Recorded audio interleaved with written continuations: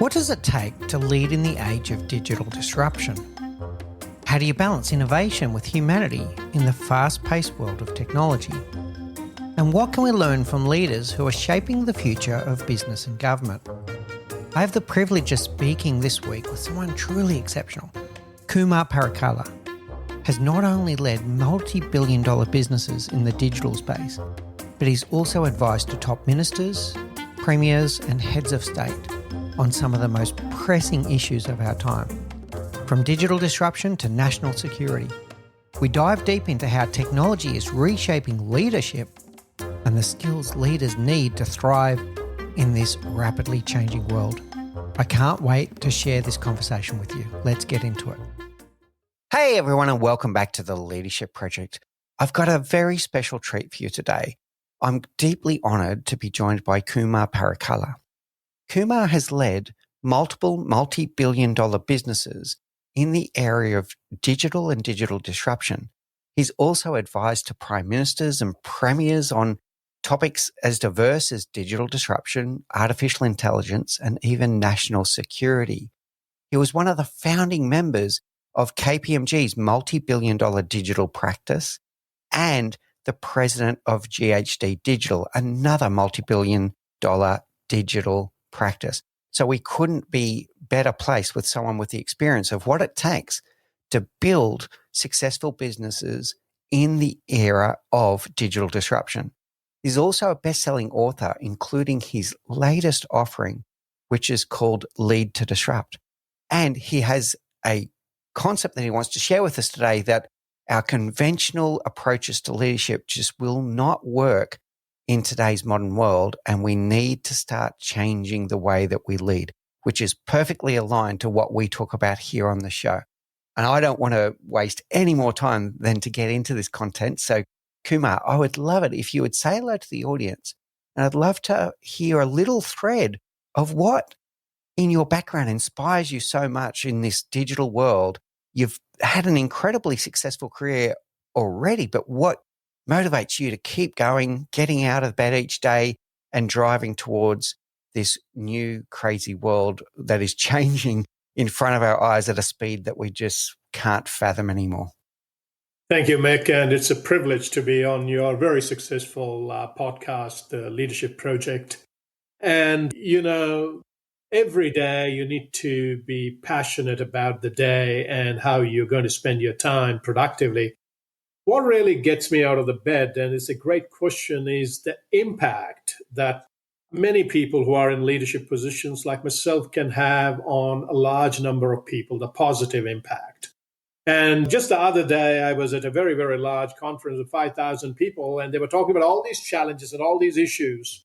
And I said to them, we're all leaders here. And there was a small group of leaders, so 20 people who've kind of got together to discuss about what should we be doing. And they're talking about they should do this and somebody else should do this. And I said, no, the world is changing very fast. The needs are huge. We need to take responsibility. We as leaders need to drive the agenda. And that's what really gets me out of the bed. The evolving world, the pace at which the change is happening, the new needs, the new betterment of our people, at the same time, the challenges that are emerging, but also the opportunities that are out there. So those are the sorts of things that go through my mind every day. And I'm excited to just get out and engage with these opportunities. Yeah, really interesting, Kumar. I'm picking up three very specific threads here that I think we need to talk about. So the word impact, there is no denying that the world is different today than before, and it's changing all the time. So the digital disruption that's happening on the world, the impact is there. The next word was responsibility, and that came through loud and clear. And then the word leadership. And what I'm trying to put a thread through here, Kumar, is that there's going to be some positive impacts out there. But if we're not careful, if we don't lead with intention, there's also going to be some unintended consequences that we didn't think about, some ethical responsibilities around the leadership of this digital disruption that's happening. So I want to start with the positive, though. Where do you see the largest positive impact on the world in terms of what's available in today's digital technologies? Yeah, that's a great question. So, when you look at the last, I don't know, 2,000, 3,000 years, up until 200 years back, we didn't have the Industrial Revolution. We had the farming and we had the society organized in a certain way. And that required a certain type of so called political and business leadership.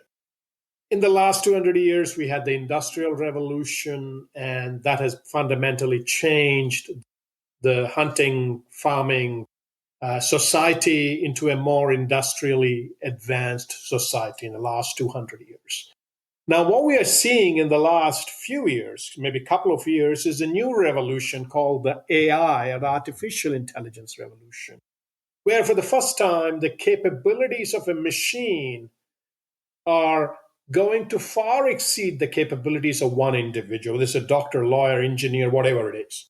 So we are going through a very pivotal moment in the human history that the machines that we have invented, we have created, are a lot more capable than we are on an individual level. So the question that we need to answer is, in that new world, and it's just not digital, just not technology, every single industry is going to get impacted. So in that new world, what kind of leadership is needed? Because the last 200 years and before that, the religious institutions around the world dictated, okay, how the values should be and how leaders should behave. And some of the most successful leaders we have seen have come from very good religious background. They've been pastors and all those. But that whole system is disrupting. New philosophy is evolving, and my book is all centered around this new philosophy that is very much needed. So, just to answer your question, we at the beginning of this new era need to actively engage to determine what kind of leadership is needed, which is going to be very different from the last 200 years and the last 1,000 years. I think it's very exciting for me. And that's what I would like to share with your audience as well, is that if they believe they're a leader, they need to embark on the journey as well. Yeah, I think you're hitting on something very interesting here. And I do want to come back to some of the changes that we need in leadership as we go through the conversation. The thread I'm picking up, though, Kumar, is that the new technology that we have access to now is potentially going to be more powerful than any individual could have done, or even our cultures could have done in the past. So the potential there to solve problems is immense. It's incredibly immense. But it also is changing the very fabric of society, culture, and values. It's democratizing that leadership at the moment where everyone has a voice. And if we don't funnel that with some level of intentional leadership where we stop and think, hang on a second, before we go too much further, what do we want this to look like? It might be a runaway train that gets away on us. It may be a runaway train, or a few of them will dictate how the rest of the world should be. And those few may have this lot of money, a lot of technological capability, all those sorts of things. So I think we just need to be very, very careful about this new era, but also we as leaders have a responsibility to say, hey, look, we need to have equity in the voice from all cross sections of the society to evolve this new leadership model that is very much needed. Yeah, very good. So that's where I want to go. I want to go there next is, how do we get those ethical guardrails in place? Now, as I can't believe I'm going to reference Spider-Man here and Stan Lee, but with great power comes great responsibility, and people in leadership have got that responsibility. And I'm going to put it to you, Kumar, that some of the things that we're seeing in the world today were unintended. I'm going to give people a bit of benefit of the doubt here. I do not think the fathers of social media intended to create the world that they've created today. In fact, I'm going to say it was the very opposite. They intended to create a connected world, and we've created a divided world. We've created a world of algorithmic bias. We've created a world where your very newsfeed can be manipulated by people for, I'm going to say, potentially profit or malicious intent sometimes, but we have created a bit of a monster here. So how do we get the benefits of this technology? We don't want to walk away from what it's capable of, a positive impact, like you said before, but how do we put the ethical guardrails up that it doesn't become something that we regret later? Yeah, great question.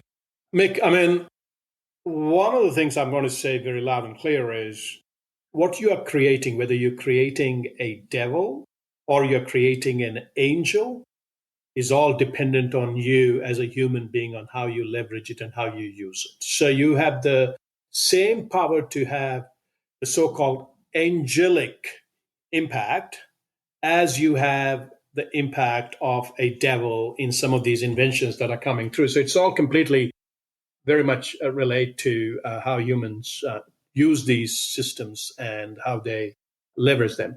But very importantly, I wrote this book to, first of all, provide some insights on the challenges of the traditional leadership models, which we have known for the last 200 years, and motivate the readers to embrace new principles and new behaviors, make so that they can then start thinking about how to adapt to the new world.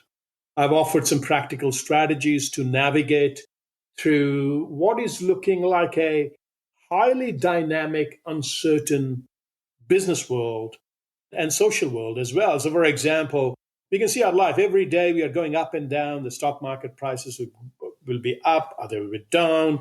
Tariffs will be up or down. War will be now stopping or starting again. All these, every day is a different day. And that is having a huge impact on the minds of the people and the confidence of the business. So, how do you kind of navigate through this ever changing world? That's the second reason I wrote the book. The third one is to ask the leaders who have spent their entire life in one industry or one organization, 30, 40 years, they've risen to the top, they become CEOs, they become chairman, they become executive. Ask them to think outside the box. And it may be a little bit paradoxical to say, hey, you are running these big companies, think outside the box. My experience of dealing with many of them is that the more they are in those roles for longer time, the more narrow their thinking becomes. And therefore, their ability to adapt to new ideas, new ways of thinking. They've achieved material success, they've achieved financial success. They tend to be dismissive. So I'm asking leaders, senior levels, to be very open about what's out there, but also leaders at all different levels to be also very open. And, you know, last but not least, the reason I've written the book is to challenge leaders to continuously learn and evolve, fostering their personal growth. It is easier said than done. I know so many leaders I've engaged with, they hardly spend any time other than the corporate mandated training that is delivered to them in packages by consultants. They don't spend time self-exploration or learning more. So just how do you evolve yourself as a leader, as an individual? So those are some of the reasons why I have written this book. And from that perspective, Mick, I'm very keen for us to have this interaction and this dialogue in terms of, what is needed.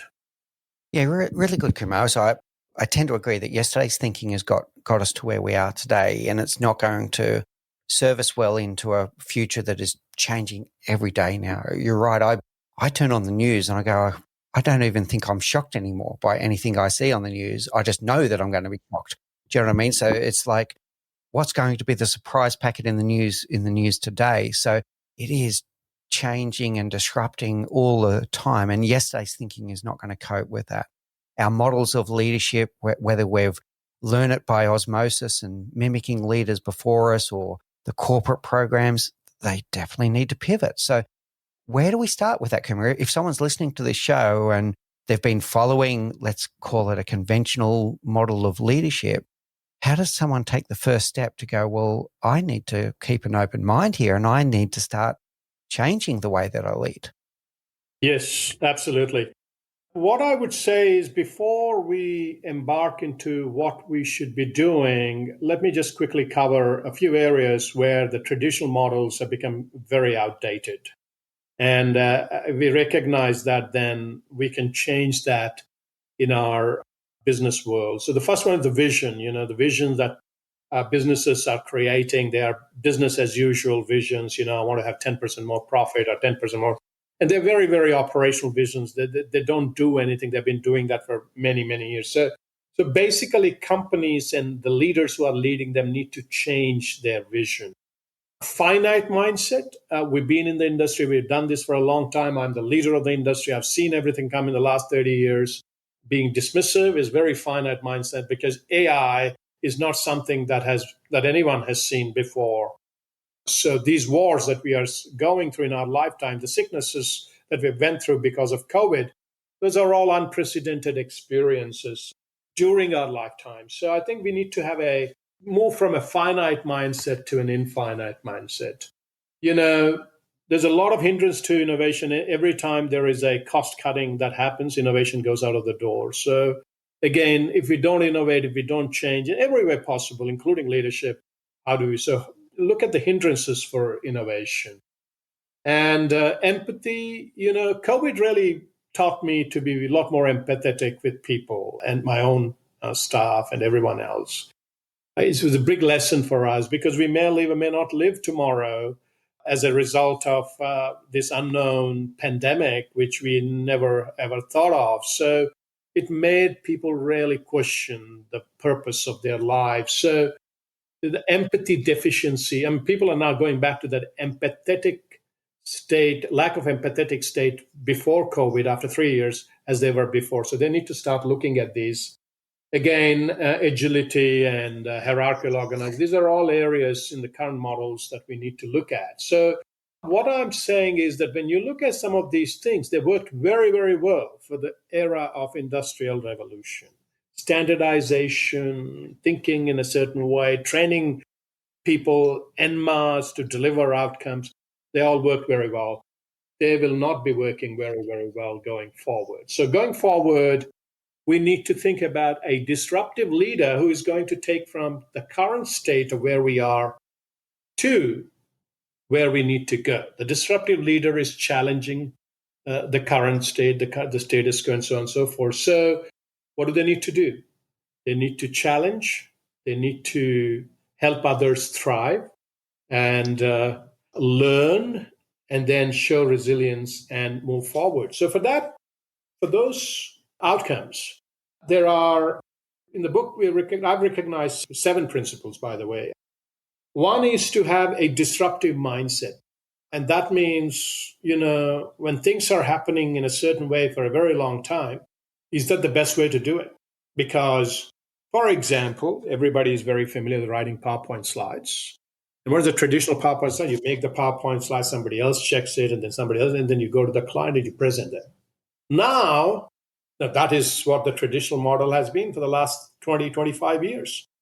As of 2 months back, you don't need to do anything. You type up your text and you put it in this app, and it will generate all the PowerPoint slides, taking internal and external data much better than most of the experts can ever do with insights. So this is a good example where I say, hey, do I have the mindset to look at some of those kind of things, or would I continue to use those PowerPoint side? I mean, I'm just giving you an example. So first is develop a disruptive mindset. The second one is have a higher purpose that is also disruptive, that is going to have a huge impact on the world, huge impact on the people in a positive way. The third one is challenge yourself every day and get out of your comfort zone, overcome that inertia. And the comfort zone is when people do certain things for a very, very long time, they get used to it. They want to stick to it. But that we got to get out of some of those things. The fourth one is build relationships that you have never thought of building, because this new world has new stakeholders, young and old and experienced and not so experienced, who are required in you. So you build these relationships, which you never thought about. The fifth one is disrupt the status quo. And the next one, which I've paid some attention after COVID, is making sure that you're not complacent, and you're dealing with your mental fragility, you have mental resilience, you're able to do, because mental health is becoming a huge issue for many people. So you've got to pay attention to that. So conquer complacency and mental fragility. Last but not least, be very accountable as a leader to your stakeholders. I call that radical accountability. So these are 7 principles that I've explained in my book with some examples and how I've applied as my philosophy. This is really powerful, Kumar, and I'm taking a lot of key messages away here. First of all, our traditional approach to vision or strategy needs to change. It's just not going to work. The idea of having a 5-year strategy or a 10-year strategy, no one knows what the world looks like 5 years from now. The idea of an infinite mindset instead of a finite mindset, we need to stop pigeonholing ourselves and imagine a new reality in terms of what's going on. I love what you said about empathy, that if I borrow some words from Simon Sinek here, that all businesses are people businesses. And if you don't understand people, you don't understand business. So if you just go down a rabbit hole of everything is digital, that's also not going to work. There's the intersection of humanity together with technology is where the secret lies. And then when I listen to everything you're saying about your 7 elements here, to me, I wrap it up as disrupt or be disrupted, but to do so with vision and purpose, right? So there was a thread there in your second point about making sure that it's purpose driven. Don't just disrupt in a chaotic way, disrupt because you're trying to have a positive impact on the world, but get out of your comfort zone because what worked yesterday will not work today. So get out there and disrupt or be disrupted, or you're going to be the one that is yesterday's thinking. You're going to become irrelevant faster than ever before if you're not getting out of your comfort zone and disrupting, but disrupting with purpose. How does that sit with you? No, I think those are all terrific observations. So I want to say 2 things. One is, in this new world, I have no doubt in my mind that humanness and human centricity will be the heart of this digital revolution we are going through. There is no point in any advancements and any inventions and changes. They don't have a positive impact on the humankind. Just about 2 weeks back here at the South by Southwest conference, which attracts about 5,000 to 6,000 people, I was invited for a very small group of people discussing about the role of humanness in the new world of AI. And we concluded that the human centricity now is required much more in this world of intelligent machines and whatever than ever before. And again, when you say humanness, you need leadership. That's, humanness and leadership are interconnected. So you need more leadership. So that's one point I wanted to make. The second point I want to make is that a number of CEOs I'm talking to, and we are going to release a paper very soon on the trends of professional services firms, including the consulting and technology services firms. And these firms are almost worth about $1 trillion from a global revenue perspective.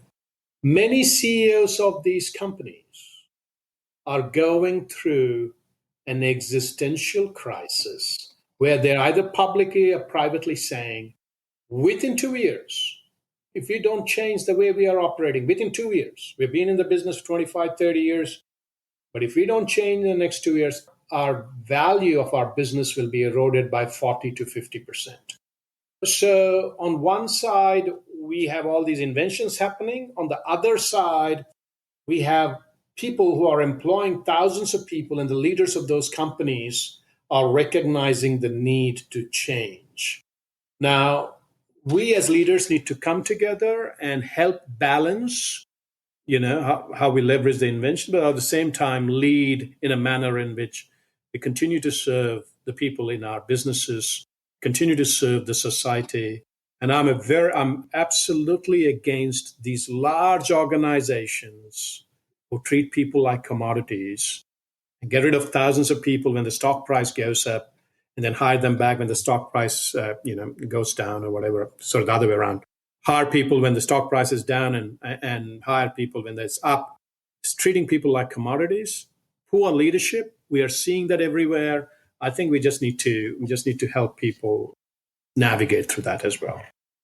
So one of the things I'm curious about there, Kumar, with this intersection and this humanness and all of the things that you're talking about here, and making sure we treat people like people and that we succeed through our people, not at the expense of our people. Don't treat them as numbers. The other thing I've felt in particularly the last decade, is a elevation that's what people are looking for in the world, that they want to do business, including spending their own money. They want to do business with companies that have these values, that have human values. So yes, we need to disrupt, but if we're not doing it in a way that connects that humanness that you talk about with the technology, people are going to vote with their dollars. What I'm hearing is it's not just about what can this technology do and the art of the possible.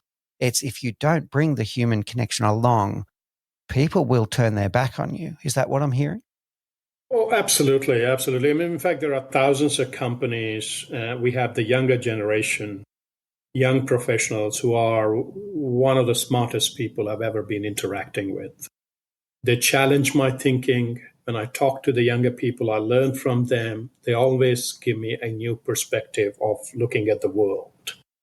Our generation, that is generation of people who have worked for 25, 30 years, we are used to authoritative management styles, putting up with hierarchical structures, and agreeing to people who are higher up, even though their values may or may not align to you.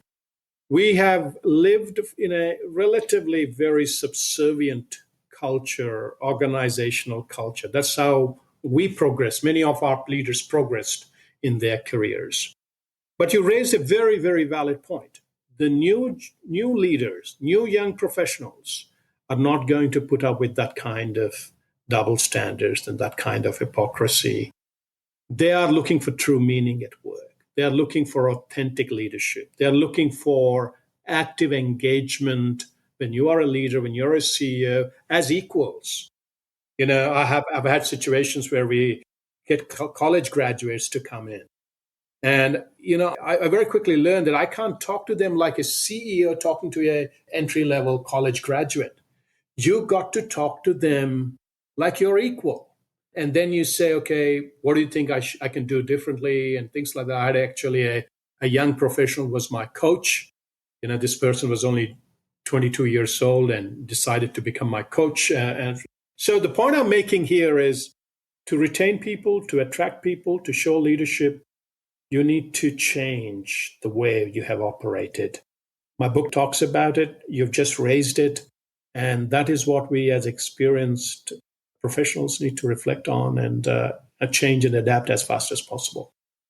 Yeah, really good. So I'm hearing the element of how we treat people and then to be able to articulate with them the reason why the company does what they do. And they want it to be a meaningful purpose, one that has a social conscious, one that's solving the world's problems, not just, oh, look at how much money we made.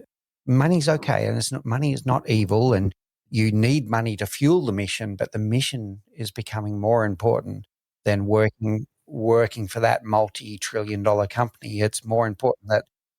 Oh yeah, people are leaving right, left, and center. These multi-trillion-dollar companies, if they, and they're ending up having substandard. Sometimes people who may or may not be, that should be there. The good people are, some of these big companies, good people are leaving because there is a misalignment in values, and they're saying, "Hey, I'll go and work for a startup. Why do I need to put up with this? And maybe I need to take a $50,000 cut, but that's okay. But I'm leading my life." So it's a very different world where people won't compromise for a position or title or more money. These younger professionals are a lot more authentic, what I've seen, than we ever have been when we were at their age. Yeah, really good. Okay, so what does that mean? So we've touched on this for a couple of times now. What does the future organizational structure look like, Kumar? So does the words CEO, president, vice president, junior vice president, are these words going to go away? Or what does the future leadership structure look like? If it's not hierarchical, what does it look like next? I think the future leadership structure is going to be flat, and it is going to be very much purpose based. What purpose are you fulfilling? And so traditionally, people have often, we have these hierarchical structures. But if you look at, for example, NVIDIA, one of the most valuable companies in the world, maybe not this week, but before this week, NVIDIA has the CEO, Jason Hung, has got 60 direct reports. And he talks to them as their leader on as-need basis. He doesn't have these long meetings. He doesn't have these business meetings. He doesn't take. So what we are seeing, what the future leadership is going to be very much flat structures. The second thing is, in organizations, you may or may not have career roles. So, for example, if you are a chief human resources officer, you may not be a chief human resources officer for the rest of your life. In my view, leaders will go through, and personally I've experienced that, multiple career changes during their life. You won't simply stick to one career. You will have multiple careers. So that's the second, and you need to be prepared for that. The third thing is that anybody who is a leader needs to have the finger on the pulse as far as the followers they want to engage with. And that requires empathy, humility, ability to communicate, all those sorts of things, very different kind of skills. So again, that's something, Mick, I would like to say people need to very much think about. And then all the 6 or 7 things I've mentioned in my book about higher purpose and challenge the status quo and creating the value, all those sorts of things they fall. But these are all the sorts of things. I think the new leadership model for me is a very exciting horizon for existing leaders to explore and also new leaders to explore. It's going to be a leveling field going forward where the leadership skills required to do a job may not exist in those who may have 30, 40 years of experience. There may be just people who may have 5 or 6 years experience who could be better leaders. And let's all be ready for that world as well. So it is a new paradigm, but I'm loving to hear the element of human skills are going to be the constant there. The ones that are going to truly thrive are the ones with human skills. I want to address the fear though, Kumar, because there's going to be some people listening to this show. There are people that fear this new world. There's going to be some that fear the technology, fear that AI is going to take their job instead of augment their job. Then there's going to be others that this is a challenge to their very identity, that if they've worked for 30 years and they've worked really hard to try and build this career and they've attached their identity to being the vice president or whatever the case may be, in this flat structure, it's going to be a challenge to their ego and a challenge to their identity. So how do we address those two things? The fear that AI is going to take my job, or the fear that my identity and my ego is not intact at the other end of this journey if I don't go with it? Yeah, very good questions. And I'll be very direct with you, Mick. I have no doubt AI is going to take your job. The business startups that I'm currently supporting and investing and all, they are creating these agentic AI bots that are geared to replace certain type of professionals, project manager, product manager, engineers, whatever it is, lawyers. That's going to happen. Okay, if you're in any profession, AI will be there. But you cannot run away from AI. The job that you're doing today will be taken over by AI, but you need to be prepared for the job tomorrow. And that the only way you can do that is by actively engaging with this innovation and change, being at the forefront, being on the bus, and adapting what technology and innovation is bringing in a manner in which you are leading the change and not following it. So my advice is the longer you sit on the sideways, the greater this chance that somebody else will, the machines will take over your job and you will have nothing to do. But the faster you jump in and engage, you can actually drive the agenda in a manner in which you create opportunities for yourself. So that's the first advice. Mick, sorry, what was your second question, please? Yeah, so the second one was about the challenge to identity and ego. Is that, if I've worked my career to get to the VP level, but now it doesn't exist anymore. It's a flat structure, and might even be the expert in yesterday's technology, and that was a badge of honor for me. So there's going to be some people that their whole identity starts getting challenged here. Oh, big time. And even for people like me, it's sometimes very challenging is that, you are a president of a business or a CEO of a business, and suddenly you go out and you don't have that title anymore. And you are known most of the time as a senior leader based on the title. But that is changing. And very quickly, I've come to the conclusion is that a true leader has no title, and that's for everyone. And your relevance as a leader is completely dependent upon the positive impact and the value you can add to the lives of other people. If you can't do that, you can't be a leader in this new world. An executive managerial title of some sort does not make you an automatic leader. It makes you a manager. And that's what I've written in my book. I said the managers and leaders may not be the same. There are some very, very good managers, very bad leaders. So we just need to recognize the difference. Leadership is all about human heart. It's all about connecting with people. It's all about thinking about their well-being, even though sometimes what you may say they may not like it. And helping them, influencing them in a manner in which you bring positivity to their lives and help them deal with the challenges that they're facing on a daily basis. So let me share what I'm taking away. I think this is our big call to action for everyone. You need to step into this as fast as you can. If you're stuck in the old thinking, you need to act, and you need to act straight away, or you will be left behind. The things that I'm taking away here, Kumar, is the awareness. So we've been having this conversation for a few years now about, will AI take my job? I'm hearing from you, it will take your job. The job that you do today doesn't exist tomorrow. So start getting ready for a new future. The idea that you might work for the same company for 30 years is also dead. Get ready that your career is going to be dynamic. You won't do the same career for 30 years because that career won't exist. That company may not exist. Companies don't have the same longevity that they used to have as well. So the sooner we move beyond that, just some acceptance and awareness, it's going to happen. Now let's get on with it. And the let's get on with it for me, Kumar, sounds like develop your human skills. That's the one that's going to be universally applicable no matter what happens in the world. And then get ready to work on that leadership element. But the leadership is not traditional management.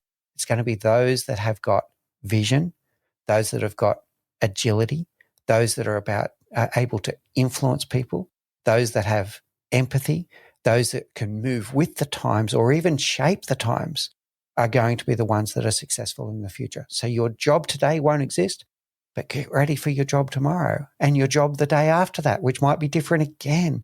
And that's where you need to be, to have those leadership skills of vision, influence around a purpose. So I'm going to say influence and impact coupled with empathy is what's going to be your superpowers for the future. How does that sit with you? Oh, you summed it up very, very well, Mick. And I think everything that you have said is very much needed. And I would reiterate again that the human centric nature of our leadership requires to be considerably enhanced in this new world of AI. A lot of people think we don't need it. In fact, in my view, we need a lot more human centricity, a lot more humanness. And for us as leaders, we need to reflect on that and take that forward. Yeah, brilliant, Kim. I feel like I could talk to you for 7 hours and we still would only be scratching the surface, but I'll bring us to a close now. There's so many things that you've given us to think about. And there's a bit of, I've got to say, it's a bit of a stark reality. It's going to be a wake-up call for many people listening to the show. If you're listening to this right now and you're scared of what Kumar said, you got to step into that discomfort. You've got to lean into it, step out of your comfort zone, or you're going to regret it later if you don't act now. So thank you so much, Kumar. I want to take us now to our rapid round. These are the same 4 questions we ask all of our guests. So what's the one thing you know now, Kumar Parakala, that you wish you knew when you were 20? Well, what I'm realizing now in the last decade or so is that the better you build relationships and connections with people, the more happier you will be in your life. It's not your technical skill, it's the ability to engage with other humans. We are fundamentally human beings to the core, and our relationships determine how happy and not happy we are. Beautifully said. Love it. Okay. What's your favorite book? As an author yourself, what is your favorite book? I loved reading one of my professor's books last year, which has a profound impact on my life. It's called From Strength to Strength by Arthur Brooks, who is the professor of happiness at the Harvard Business School. And he did very extensive research, 2,000 people or whatever, and concluded in his study what really makes people happy. And the traditional things that we believe, like the traditional leadership model that we believe make us happy, are not necessarily the things that make us happy. And it's a very profound insight that I got from that book, and I've been since then following. That's my favorite book for the time being. Yeah, really good. This is a powerful realization as well. In fact, it's quite counterintuitive. The things that we were striving for actually do the opposite. They make us unhappy. Yeah, very good. What's your favorite quote? My favorite quote for the last, 30, 35 years have always been from the great philosopher and poet Ralph Waldo Emerson. And the quote has been, "Do not go where the path may lead you. Go instead where there is no path and leave a trail." Yeah, and that is so consistent and congruent with everything we've discussed today, Kumar. I love it.